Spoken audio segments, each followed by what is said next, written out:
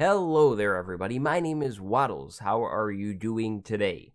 I'm doing pretty well myself, and my guess is that you are watching this video to learn how to build a witch farm in Minecraft. And if I'm right, that is exactly what I'm going to show you how to do today. This design is going to work from 1.9 all the way to the current version, 1.12. It'll work pretty much anywhere in there, so you should be good to use this farm. Also, this farm will work on Java Edition. I have not tested this farm on Bedrock Edition, so I cannot say for 100% certainty that it will work there, but let me know if you're playing Bedrock Edition and you built this and it worked. Now, this farm is relatively simple to build and you'll get some pretty useful drops from it, so I definitely do recommend building it in your world. Now, we will talk about efficiency of this farm near the end of the video, so make sure you hang around for that. I know there will be questions about that, so make sure you look at the end of the video for my bit on efficiency once we build this farm. And if you're curious to see this farm in action, check out my Let's Play series. I actually had some requests to do a tutorial on this design, so that's what's happening here. It's the exact same thing in that world. And if this tutorial helps you out or you enjoy the video, make sure you leave a like on it, maybe subscribe, or check out some of those links down in my description to my other things like my Twitter, my Patreon, my whatever you want to check out. So there will be timestamps in the description to each section of the video, each step of the tutorial. If you lose your place, check the description, and let's jump right into the tutorial. Okay, so first, since there is a lot of drops from this farm, I want to show you what you could get from this farm. Redstone, glowstone, gunpowder, sugar, spider eye, glass bottle, and sticks. Yes, you can have an infinite stick farm now, finally. You could get some potions from this farm too if you choose to kill the witches yourself. You could get instant health, fire resistance, speed, and water breathing. Now, the rates to potion drops are very different from Java Edition to Bedrock Edition. If you're on Java Edition, this might not be the best way to get these potions, but if you're on Bedrock Edition and you were killing witches with potions in their hand, I think it's maybe even 100% drop. But those are drops that you'll get from this farm. So what do you need to build the farm, though? This is the stuff you need. It's right in this chest. Now, some things aren't exact amounts. You will need exactly 27 dispensers. You'll need 27 buckets of water and one more. You will need about 27 signs. You need some redstone. I would say about a stack and a half. I know this is a stack and a quarter here, but make that a stack and a half that you should have set aside. You probably won't need that much, but it's better to have more than not enough. You need some repeaters. You need 2 hoppers. You need some building blocks. I recommend 2 different types of building blocks. Make sure it's a block that things can spawn on. So cobblestone and wood is what I'm going to use. Then you need to make some kind of clock. So for my clock, I'm going to use these materials down here in the bottom, plus blocks to kind of power the clock itself. But take a look at all of these materials and go collect up everything. Again, these are dispensers, not droppers. They're dispensers. That is very, very important. As with most of my tutorials on here on making mob farms, first you need to find a witch hut. We're going to use a witch hut in this tutorial. This is the most efficient way to make a witch farm nowadays. So go and find yourself a witch hut. They aren't too hard to find, but if you're having a lot of trouble, I recommend something like Chunkbase, which can show you where witch huts may be in your world. This is what it looks like right behind me in case you don't know, so look for that, and careful, there should be a witch inside or hanging around. So mine's in there, watch out for that. Okay, so step 2 is beginning to build the farm. We're going to jump right in and build the thing. Like I said, it's not all that hard. So witch huts have a spawning area of 7 by 9 by 7. Really what you need to know is these areas that I marked with cobblestone. This is where you need to put your floors. Now each floor is going to be 9 blocks long, so just as long as this. That should be 9. And then you need to do 7. So the 7 that you need is 1, 2, 3, 4, 5, 6, 7. So it's basically the roof and 1 over the roof. This is very, very important. This is the area that witches will spawn. So I suggest starting by making floors on each of these things. Now you want to space them out by 2 blocks because a witch needs this area to spawn. So you can do 1 floor, 2 floors, 3 floors in this thing. Tear the witch hut down and set up your floors.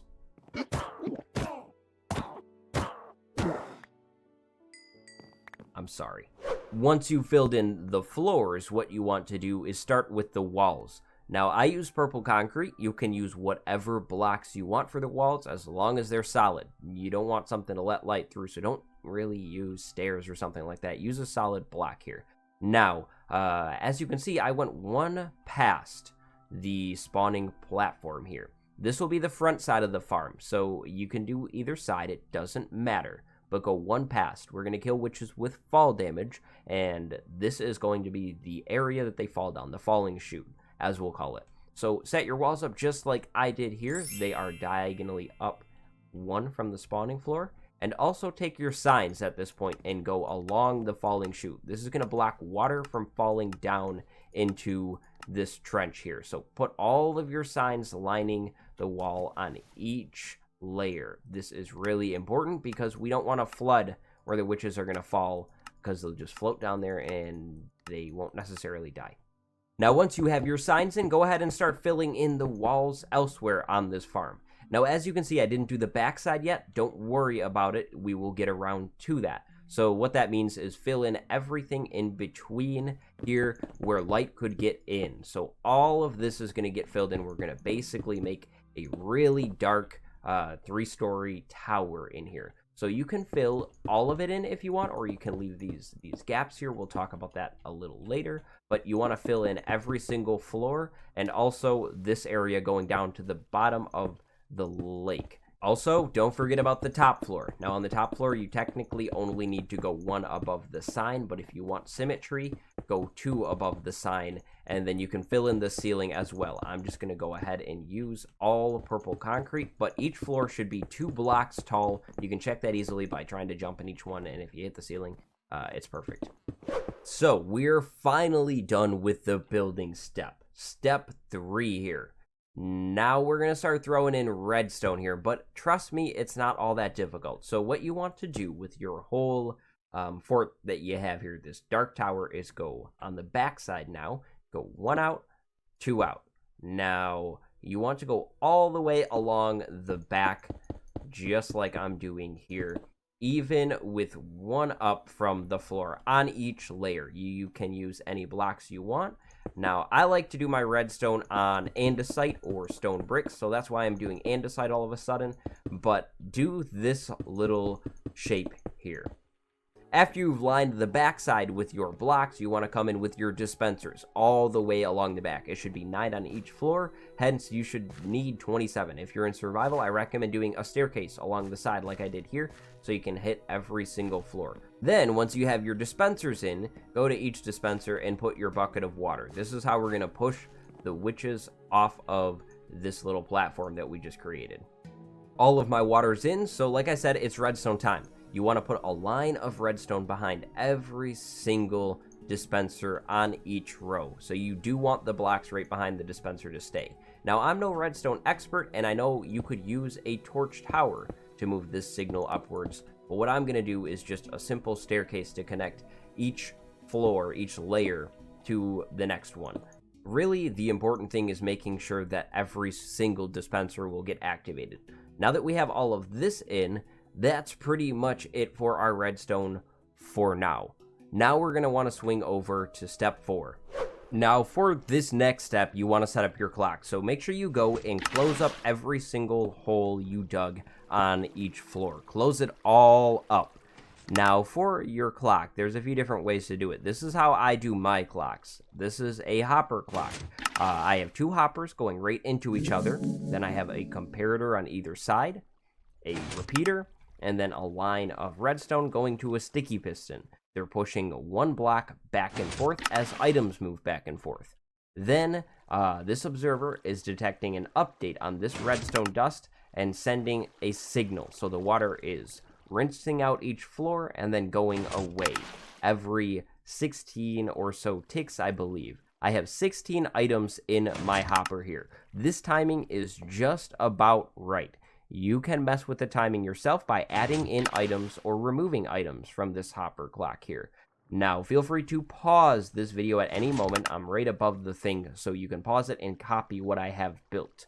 This is exactly what you want to build, or if you have a better way to make a clock, you can do that. Now, this thing can be underneath the farm or wherever you want. You just need to hook this wire up to some sort of clock. So here's my wiring again, if you want to copy that exactly. And then here is the clock. Now, you need 16 items again. So any 16 items will work. You could do 16 blocks of wood, 16 slabs, 16 whatever, but put them in here and it should go back and forth. What we're doing here is rinsing mobs out of each floor. So let's say I am a witch and I spawn in this back corner.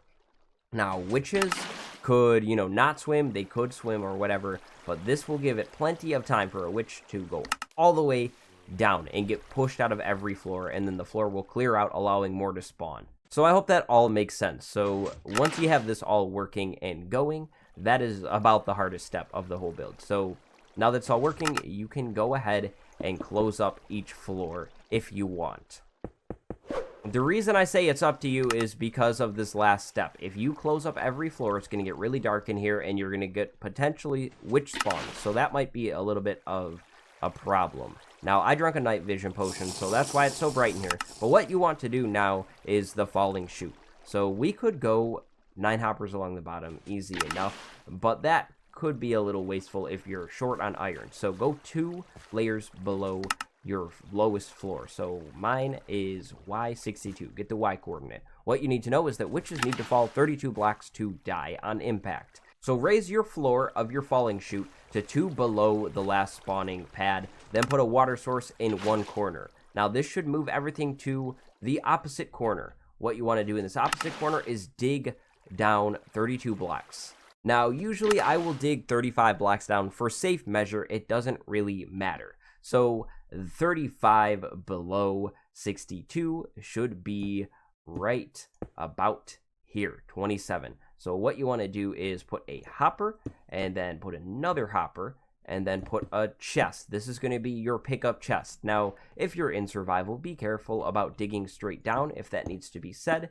But what you want to do is make sure this whole falling chute is closed in entirely. So basically, witches will fall and die on impact here. If you want, you could put a glass block down here. The light doesn't matter on this hopper really, but do whatever you want. Now you're going to need a way back out, so I would recommend a ladder. That's a little easier, but if you want to do a staircase, that is a little faster to get in and out. Do that, but you need a way up and down from this chest. Tiny bonus tip is that I usually do a ladder and then an open block for a slime block, so I can jump right down. I can check on my chest and see if there's anything in it, and then climb right back out if there's nothing. And with that, that's just about it for the farm. So if you haven't done it yet, make sure you close the whole thing up entirely, and soon enough you should begin to get spawns. So, efficiency. This is the really big part about these farms. Efficiency. So your whole farm is built and you're like, Wattles, the efficiency is garbage. I wasted my time. I wasted my blocks. I built this thing all out of emerald blocks and I'm so mad at you. It doesn't work. Yeah, this was a lie. Something like that. Well, efficiency is tough with these farms sometimes. Now, what I recommend is lighting things up first. You need to cave.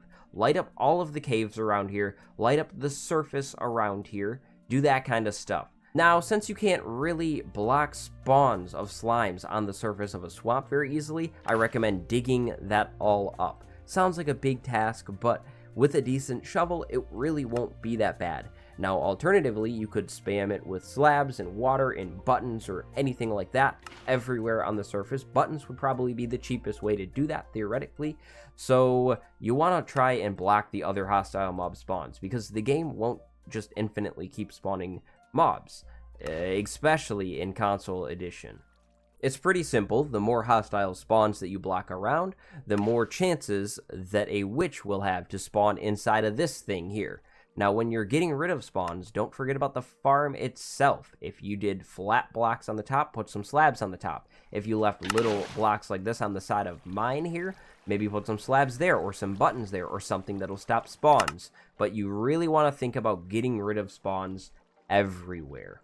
Let's say the whole lighting everything up isn't really working for you. You say you've lit every single cave, all of the surface up, and you're still getting bad rates. Well, first, try unloading these chunks of the world and coming back and trying that out. because that could mean there's a tiny cave somewhere in there that still has mobs. Now, let's say lighting everything up and blocking spawns on the surface into the caves isn't really practical for you. Well, then maybe go ahead and tower up about 130 blocks directly above this farm and AFK there. That will greatly decrease the amount of area mobs could potentially spawn, thus forcing mobs to spawn in the witch farm. In fact, that AFK spot is very important. You don't need to necessarily go that high up to AFK, of course, but do not AFK on the roof of this farm. You need to give it some space. So I recommend going at least about 30 blocks away from it and AFKing like at least 30 blocks away from it. Don't AFK right on the farm that's not going to get any spawns in it.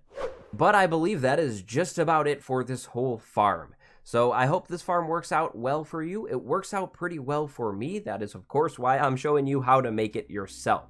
If you have any questions, drop them down below. If I get enough questions, I will be more than happy to make a part 2. But of course, if you have a question, drop it below and I will do my best to answer it for you. If this tutorial helped you out or you enjoyed it, make sure you leave a like on it or maybe even subscribe. I do a lot of different tutorials. If you're interested in my fan server, go check out my Patreon page. Or if you're interested in other mob farms, I do a lot of mob farms. There'll be a playlist of tutorials probably on the end slide coming up here. And I want you to go have a good day. Thank you very much for watching. My name is Wattles, and I will see you next time. Goodbye, everybody.